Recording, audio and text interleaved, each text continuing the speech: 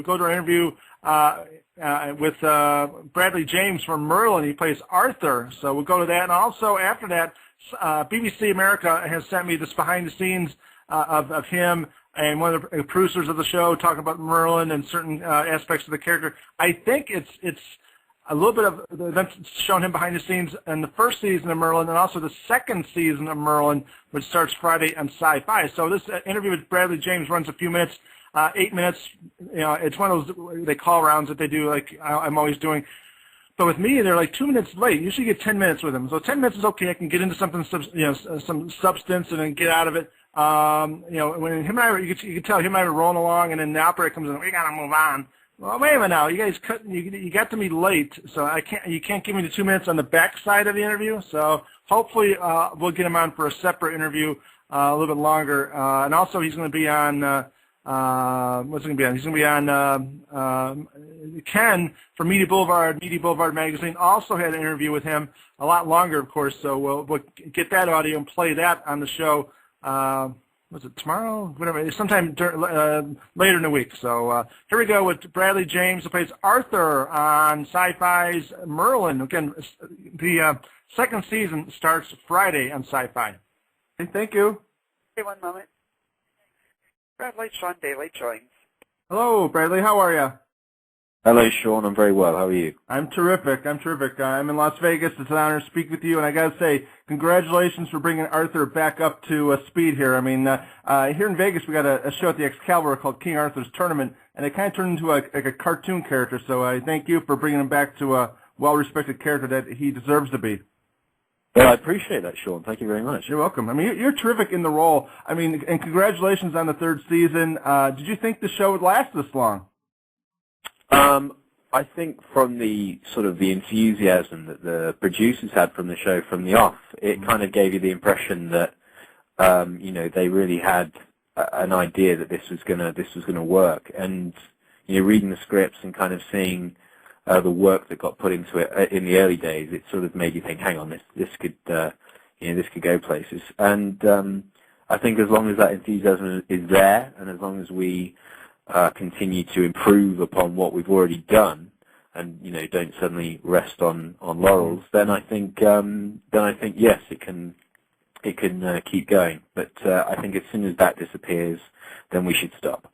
Very good, very good. Because I talked to a lot of actors, because I do a radio show about TV here, and they say, "Oh, I'll be on it for as long as it's on the air." Like, well, I mean, after so many years, you think the quality would start slipping a little bit. But I mean, it's good you have a good head on your shoulders, thinking if the quality starts slipping, I'm out of here. Well, I think you've got to challenge. Well, I personally feel you've got to challenge yourself. It's no point kind of playing safe all the time, because it gets. I don't think it's going to entertain people eventually. You've got to. It's great to mix things up and just, as I say, primarily challenge yourself, because mediocrity is very easy to do, and we don't want to do that. So let's hope that we can improve upon what we're doing. That's right. I mean, are you prepared to be playing Arthur for 5, 6, 7 years? That's a very difficult question to answer, because I think primarily it's very difficult to look that far down the line and know how you're going to feel about it. I think so. I always tend to, I suppose, be a bit boring really, and go for the each series at a time approach, because then you know what you can focus on. You've got the series to focus on, and then whatever happens after that is nothing to concern yourself with just yet. Mm-hmm. And as I say, I suppose it brings it back to the idea of, knowing if you're able to go that far and continue to, sort of bring the standards that you want to bring to a show. Yeah. As I say, it's something that you take a series of time. Yeah, well, especially with you. I mean, your role is very physically demanding, but I mean, you're like a triple threat, because you're great in those little comedic scenes with Merlin, which are terrific. I hope that looks dangerous. Yes, it is, or something. I mean, the comedic parts are genius. But also, you've had some dramatic, episodes from the first season. I'm referring to like the Gates of Avalon and Excalibur. I mean, it's very demanding, both physically and emotionally for you, isn't it? Yeah, and everything. what I really appreciate about Series 2 actually is that everything steps up a gear, and certainly with regards to kind of flexing your acting muscle with Arthur, it was some of them giving me something there. And it's a great part to play, and I've been given sort of the opportunity to play around with it, and you get the added bonus of doing the sort of the physical things that come with it, which for me personally is great because I love all that stuff. I sort of say that Arthur's the medieval sportsman, and I'm sort of big into my sports as well. So it's a great bonus to have when you're sort of playing a part. And as you mentioned, he has those sides to his character which are all fun to sort of explore and discover things. Yeah, well, it's got to be great for you as the actor playing the role that the character's multi-dimensional, and that's just a one-trick pony. I know years ago I talked to Katie Sackhoff, and she, Starbucks good and all, but she's like a one-trick pony. So I mean, it must be good for you that your character is so multi-dimensional.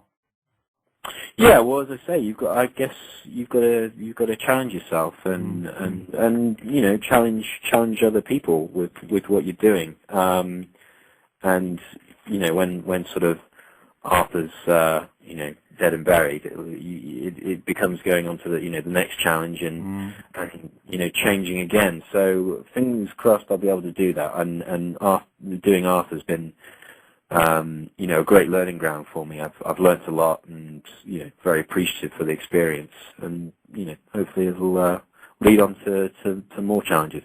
Absolutely. I think it will. I think you're a great actor. I mean, just the scenes you're in are always powerful. Even if you're not saying a line in the scene, you're kind of people can't miss you. You know what I mean?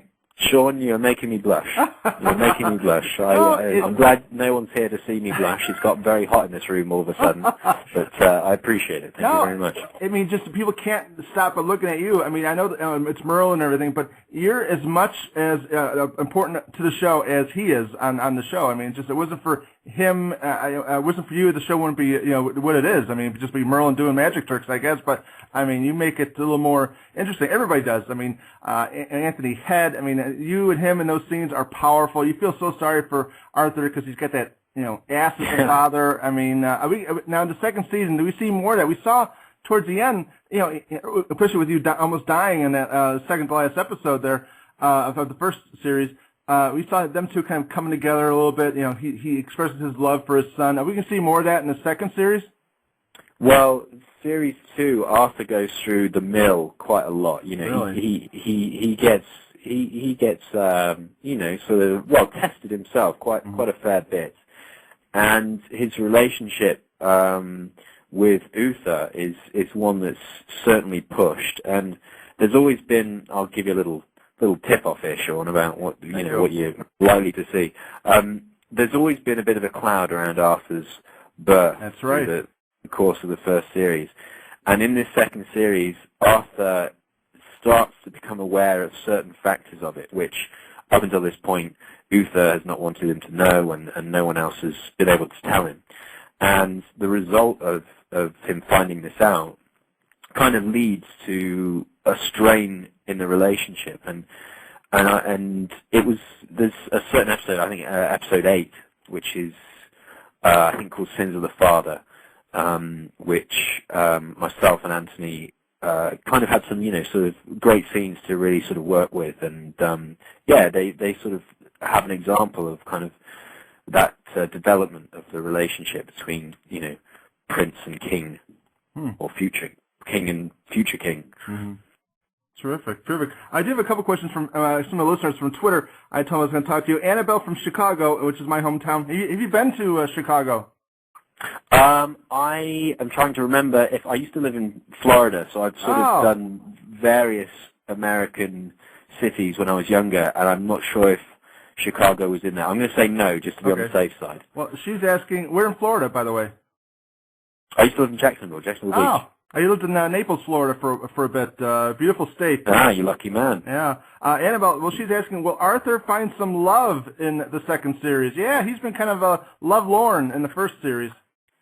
To be honest with you, there's not that many women in Camelot. If you notice, there's very few. I'm slightly confused. I think when Arthur becomes king, he's going to have to sort of make some sort of decree that there are more women introduced to Camelot. We have to import them in from somewhere. But with regards to Arthur's love life, first and foremost, his duty will always be to Camelot, and I think before it sort of gets turned into kind of, teen kind of romance kind of storyline, there's obviously... Sorry, you have to go to the next station. Okay, I'm sorry. Bradley. Okay, I'll finish up.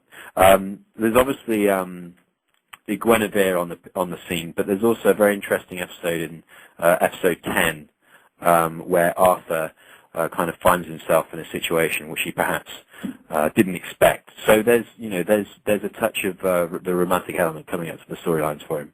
Very good, Bradley. I'll let you go. Thank you. I hope to talk to you again, and congratulations on your success on the show.